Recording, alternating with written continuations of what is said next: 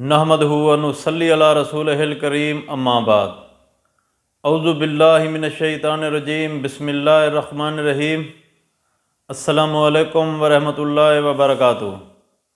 امید کرتا ہوں آپ صحت اور ایمان کی اعلیٰ حالت میں ہوں گے۔ اللہ تبارک و تعالیٰ آپ کو اور آپ کے اہل خانہ کو ہمیشہ ہنستا مسکراتا رکھے۔ خوابوں کی تعبیر میں ہمارا آج کا موضوع ہے خواب میں کپڑے سینا۔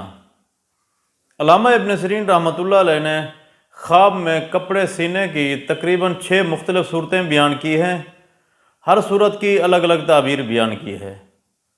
مثلاً خواب میں کپڑے سینا، خواب میں کسی بیگانی عورت کے کپڑے سینا، خواب میں کسی مرد کے کپڑے سینا، اپنے اہل و عیال کے کپڑے سینا، بہت سارے کپڑے سینا، اور خواب میں سوئی ہاتھ میں ہے اور تمام کپڑا سی لیا ہے وغیرہ۔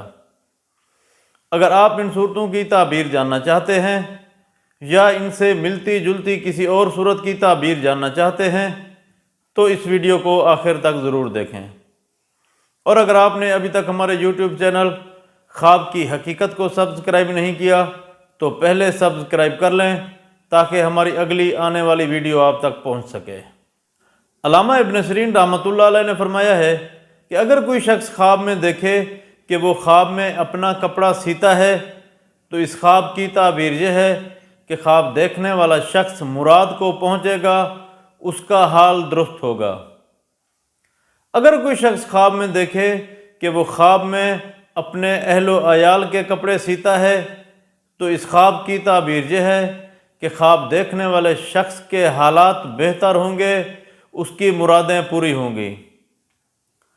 اگر کوئی شخص خواب میں دیکھے کہ وہ خواب میں بیگانی عورت کے کپڑے سیتا ہے تو اس خواب کی تعبیر یہ ہے کہ خواب دیکھنے والے شخص کو غم اور نقصان پہنچے گا، ایسے شخص کو چاہیے کہ وہ صدقہ دے۔ اگر کوئی شخص خواب میں دیکھے کہ وہ خواب میں کسی مرد کے کپڑے سیتا ہے تو اس خواب کی تعبیر یہ ہے کہ خواب دیکھنے والے شخص کو خیر اور نیکی پہنچے گی۔ اگر کوئی شخص خواب میں دیکھے کہ سوئی اس کے ہاتھ میں ہے اور اس نے تمام کپڑا سی لیا ہے تو اس خواب کی تعبیر یہ ہے کہ خواب دیکھنے والے شخص کے سامنے جتنا بھی کام ہے وہ مکمل کرے گا۔